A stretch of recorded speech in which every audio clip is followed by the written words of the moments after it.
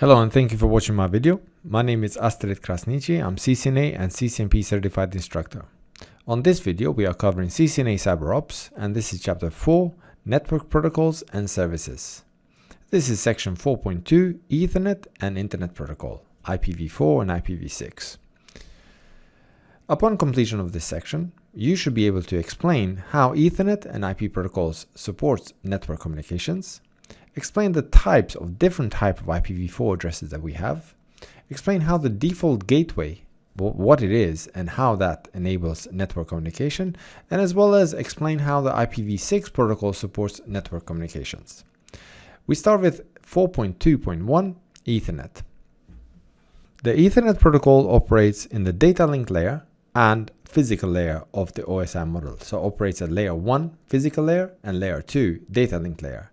This is defined by two standards, 802.2 and 802.3.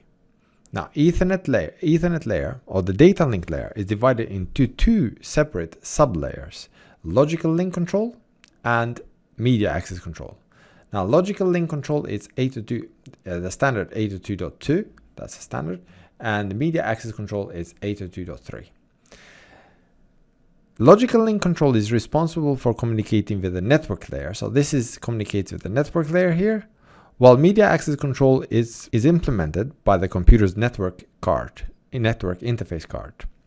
The MAC sublayer has two primary responsibilities: data encapsulation, which means that it takes the IP packet from layer 3 network layer, and he adds like source address and as well as the destination address, and he adds the error checking features, and then at that point it's called a frame, as well as a media access control. Media access control is the managing the process of converting the frame into bits and sending the frame out of the network, so zeros and ones, and sending it out of the networks.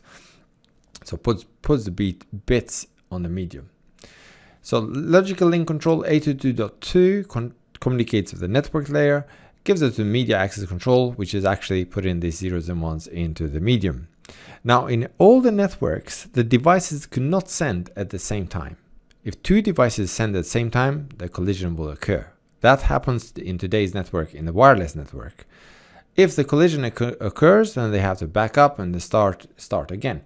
Ethernet will control which device can send at what time. The Ethernet frame. Minimum Ethernet frame is 64 bytes. 64 bytes. Maximum Ethernet frame can be is 1518 bytes. That's a minimum and that's a maximum. Anything less than 64 bytes, this is called collision frame or a runt. So anything less than 64 bytes, this is called a runt, and anything above 1518 bytes, this is called jumbo frame or baby giant. So jumbo frame.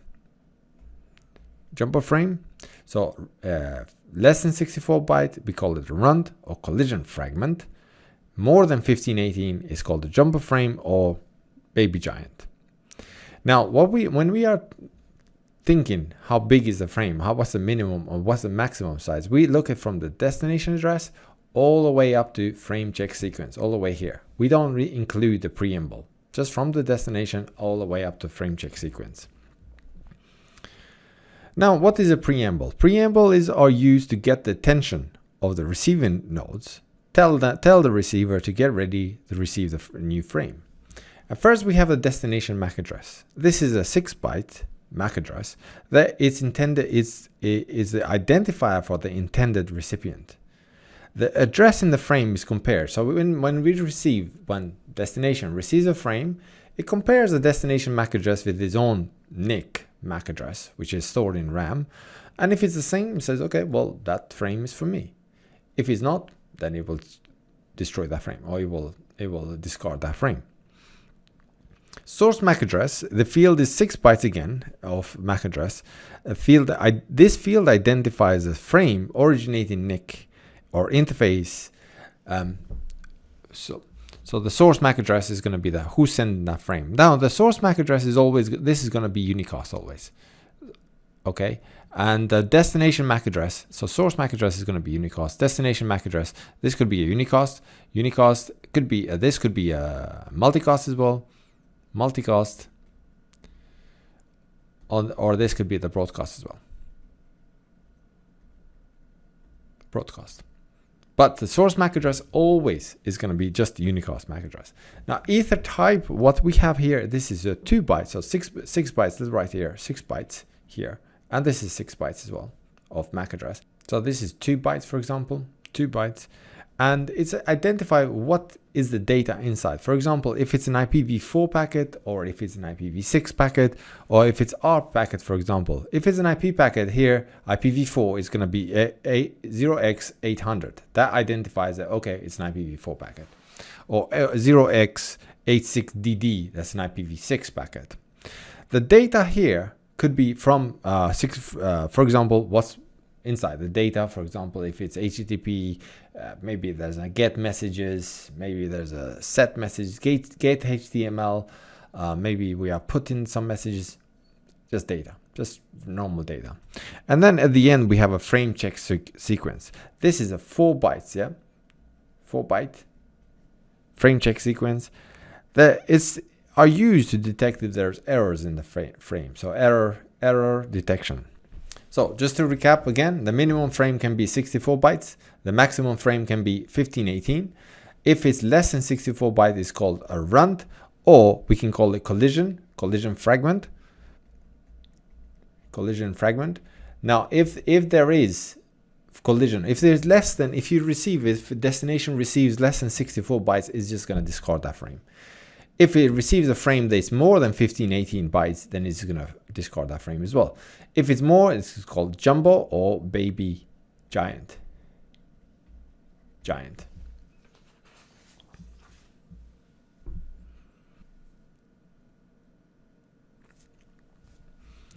The MAC address format. The MAC addresses are made out of 48 bits in binary, but these bits are expressed in hexadecimal values, 12 digits of hexadecimal values. Now, you should be able to identify or to convert from decimal into binary and from binary to hexadecimal. This is we learned it on CCNA routing and switching. Now, hexadecimal digits, so you remember, is 0 to 9, so 0 to 9, like normal. And then for 10, we have it's A, B for 11, C12, 13D, E14, and F15. And this is on binary format. Binary format is easy to represent. It's actually just the placement of the value. So whatever we put here, that represents units of 1. This digit represents 2, then 4, then 8. These are the placement. So this is easy. If I put, for example, 1, 0, 1, 0, this one represents 8, this one represents 2. So I add those two together, I ignore the zeros. This represents 4 and this represents 1. So 8 and 2, 10. So 1, 0, 1, 0, that equals to 10. And you can see the rest. You can do the maths later on. So 1, for example, 8 and 4 is 12 and 1 is 13. Sorry, and 2 is 14. So 8, 4 and 2, 14. Here, I got myself mixed up. This is sometimes depending on the device or the operating system. The MAC addresses could be represented in 3 different ways. For example, we can represent it with dashes. So 00-60-2F3A07BC, or with the colons, or with the periods. Like you see, Cisco, you see it this way more. Now, 1 digit here, that's a hexadecimal digit. Each one is a hexadecimal digit. 1 hexadecimal digit represents 4 bits. So for example, that 0 is 0, 0, 0, 0, 4 bits. Or say that C, for example, if you look at the C here, C is 12. So that will be 8 and 4. That's 12. So 0, 0. So 1, 1, 0, 0. Now, it's important that you know with the MAC addresses how we represent them. So sometimes with dashes, sometimes with the colons, sometimes with the dots. These are all legal formats. We can all represent them like that. Because the reason why, for example, IPv4 addresses, we have a dotted decimal. Yeah, we have 3 dotted decimal. So for example, 192.168.1.1. That's it. We can't represent it with a colon. That's wrong. We can't represent it with the commas, that's wrong, or dashes, that's wrong as well. right? So it's a dotted decimal. In IPv6, for example, IPv6 is with a colon, with a colon. So for example, 2001 colon ABAD, whatever.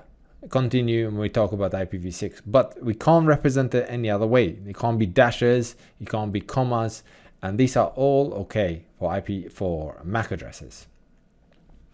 When we talk about MAC addresses, the first 24 bits or the first 6 digits in hex are known as Organizational Unique Identifier, or UIs.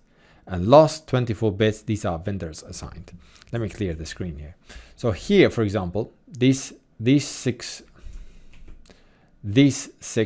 hexadecimal digits, these are OUI. Here, you can't just pick and choose. You can't just assign anything you want. You have to purchase them. And then that's yours, they are given, they are purchased, and then you can choose what you want to assign the rest. The vendors assigned. Thank you for watching section 4.2, Ethernet and Internet protocols. We talked about IPv4 and IPv6. Please have a look at my other videos and don't forget to subscribe. Next video, 4.3, connectivity verification. Bye-bye.